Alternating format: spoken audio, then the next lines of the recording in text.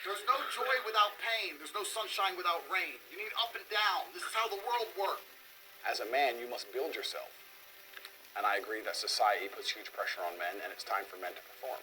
As a man, you either perform or you don't. There's no safety net. The men who say, I can't feel like it, cannot compete with the men who do not say that. And it is player versus player.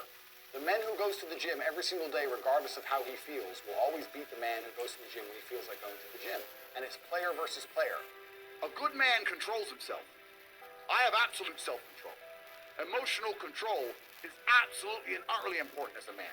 You need to understand as a man, there are certain principles under which you act, regardless of how you feel. Bam. I can wake up in a terrible mood. I can wake up sad. I can ache. I can have a busy day, stressed, etc. I will complete the same tasks as if I woke up in a fantastic mood.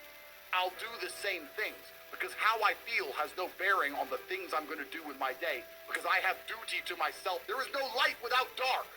You will not appreciate your six-pack unless you didn't have one and you had to earn it. That's how the world works. So when I talk to these dudes like, oh, but it's, you know what, Tate, yeah, I agree, but you know, it's hard. Of course it is. It's supposed to be. And if you're not cut out for it, then fuck off and live a normal existence and die. Sit there, letting other men enjoy the spoils of being a man, and can die. If that's what you want to do, is just sit there and exist, and then fade into history unremembered, that's your decision. If you want to level up your character, then you need to get out here and do it. You need to be around brave men. You need to get some balls. You need to get your network together. You need to be paying attention, listen to the truth, humble yourself, stop sitting there with an ego. That's the game. But I made myself this way. I wasn't born this way. I absolutely and utterly made myself this way. And any single one of you men out here can do the same thing. I was always looking for, I wouldn't say happiness or contentment, but I was always looking to try and break out of the 9 to 5, just the normal monotony of day-to-day life. I think that men have a very unique life path, and it's very difficult to try and achieve status as a man. It's not easy to stand out from the crowd. And even what women expect of an important man, you need to be smart, charismatic, intelligent, strong, have a nice car, nice apartment, good network, good friends. You need to be able to handle stress. You need to be competent. There's so many things you need to be able to do. It's difficult for a young man to even have all these things. You need to start leveling up your mentality, your spirituality. You need to level up your ability. Physicality. There's so many different ways you can level up, like a video game character, right? Once you have all the unlimited money, you can then start ticking all the stack boxes. Knowledge.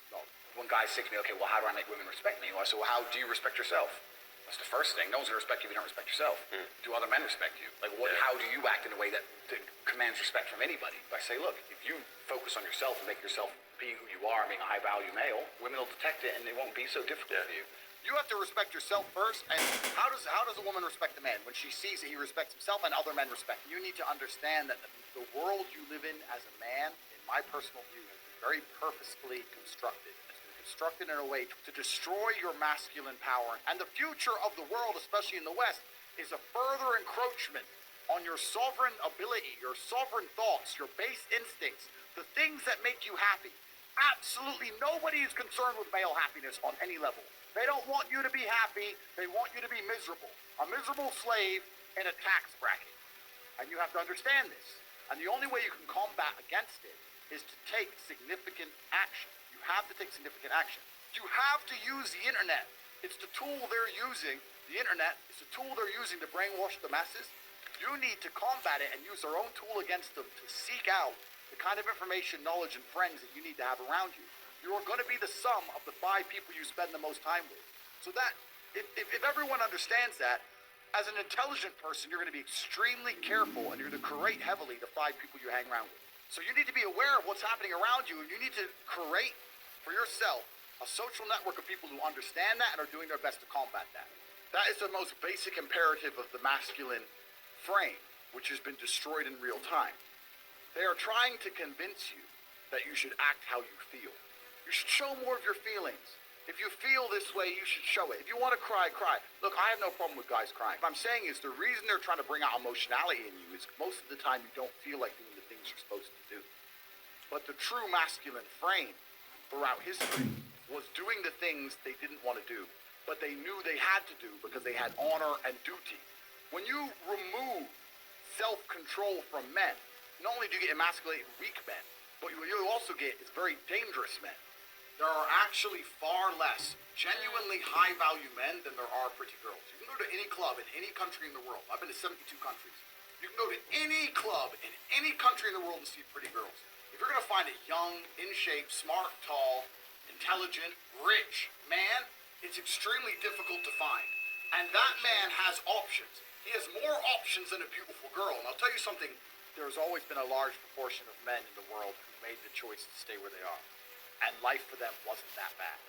But as we reach the future and as time goes on, you're going to notice now that the people who don't chase having a masculine network, if they're not going to be excellent upon themselves and they're not going to be plugged into a serious circle of achievers, their life's going to become terrible. You could just be a normal dude, and your life really wasn't that bad. But now we live in a situation where you just can't just be a normal dude anymore. Being a normal dude is no longer an option. So as a man, you have to be doing something to try and improve your status. There's lots of different ways to do it, right? But if you're a man with truly no status in society, now it's hard. Yeah. It's really hard. So you have to understand that as a man, you got to gear your life in a certain way. One of the easiest ways to get status is who you know, right? A lot of it's networking, and if you know the right people, you can get some status, at least off of them, to some degree. Every single man on earth with enough work can become one. That's the counter side, right? So there is hope at the end of the tunnel, but you got to get up and do it. You know what I truly think a high-value man is? Okay, it's a few things, right? So there's the obvious evolutionary triggers. The easiest way to be a high-value man is a man who's capable of violence. We look at it from a biological trigger. It doesn't matter if he's got muscles or he's big or he's tall or whatever. Women understand from a biological perspective they like a man who can fight. Yeah. It doesn't matter if your man had money, a Ferrari, everything, but if you knew for a fact if any dude stepped to him he'd get sparked, you wouldn't want it, right? So that's the first thing. We're suffering from cowardice. We talk about all the problems in the world. It's easy to talk about them all. But you can narrow them all down to the exact same thing. Cowardice, masculine cowardice, all of it. All of this is masculine cowardice. That's all it is. You're not going to be able to imitate being a G. You have to go out there and you have to suffer as a man. You got to go through trauma to be a G as a man. Too many dudes out here are trying to imitate. That's what all this is. You're talking about game. You're trying to be something you're not. The real game is to be the man. That's game. As a man, you need to go through trauma. You need to go through difficult periods. You need to go through things which are extremely uncomfortable to become any kind of man of value. Every single woman on this panel, if you were to ask her to describe the kind of man she wants, she would describe a man who she thinks makes her feel safe, who is dominating, who is smart, who is charismatic, who is interesting, etc.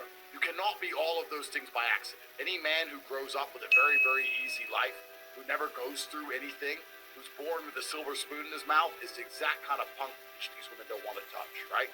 As a man, you need to suffer, and you will survive. You need to internalize it, not become a weirdo, accept that the traumas was going to make you strong enough to become the kind of man that's respected by society, and use it for your own advantage. As a man, if you have not been through extremely difficult processes, you're never going to be a high-value man. So when you ask me that question, the answer is an answer you're not hoping for, because likely you've been avoiding trauma your whole life. Life is difficult. Everyone has bad news all the time. Things happen to people, and things are going to happen to everyone. And even if you live the perfect life, you're still going to have bad experiences because everything's relative. When people talk about toxic masculinity and all this garbage and we need to make men more feminine, that's not going to make men it's not going to make the world safer. Yeah. Having a whole bunch of men give in to their emotions instantly is going to create more monsters. The reality of masculinity is controlling your emotions. This is the reality of being a man. The tenets of masculinity since the dawn of time have been, I was afraid, but I did it anyway. Yeah. This is the tenets of masculinity. Courage. Yeah. That's what courage is. Yep. I was afraid to storm the beaches of Normandy, but I did it anyway. I was afraid to stay on the Titanic, but I did it anyway. This is the whole tenets of masculinity, and now they're saying, oh, if you're afraid, just act afraid, be a pussy. I'm at a point now where I'm working for, it's pointless. Money's just fruitless. I don't need it. Yeah. But I can't not do it. I have to. I don't know why I am exactly the way I am. Because I'm a very happy person, but I'm not content. Does that make sense? I'm very happy. I'm not miserable. I'm not depressed in any way. I'm super happy, but also I'm not content. There is no quick fix. There is no replication. There's no way you can falsify on a long enough timeline. So the answer is, if you want to be a man of distinction, you need to go and suffer. That's your answer. One of the only things in this world you can control is your state of mind. You can't control the weather. You can't control other people. You can't even control your health. One of the very few things in the world you have genuine control over is your state of mind. You decide if you're a disciplined person. You decide if you're a happy person. You decide if you're a depressed person. These are things that in real time you can affect in your brain. This is all you can control on Earth. If you can't control that, then you're just a feather in the wind. And life's gonna blow you around, and you might land somewhere good, you might land in don't. Nobody knows. I was a 4-time kickboxing world champion. For 12 years, I trained 5 hours a day, 6 days a week. And I was motivated to train probably about 25% of the time. The rest of the time I went because I am disciplined.